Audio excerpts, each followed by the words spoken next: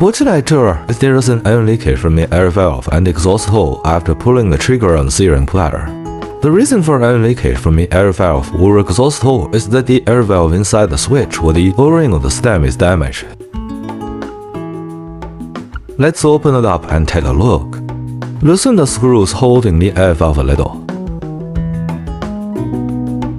Then remove the air valve nut. If the air valve nut here is tightly screwed on, tap it slightly with a hammer and then unscrew it. Once removed, there's a stem spring underneath the air valve. Insert the air hose and punch out the set of switches in the gun body. Take the air valve on. There are 4 O-rings on top of the air valve. Damage to any of the O-rings will cause the exhaust hole to leak. Damage to the O-ring on the top lever of the switch or insufficient lubrication will result in air leakage from the air valve. Replace the damaged O-ring with a new one of the same size. Brush both the O-ring of the air valve and the O-ring of the stem set with lubricant.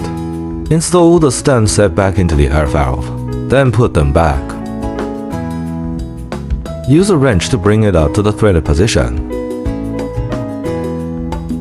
Then put the stem spring back in. Lubricate the air valve nut and put it back on.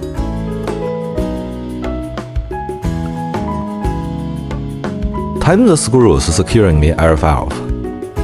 Finally, we inserted the air hose and tested it to check if it was still leaking there.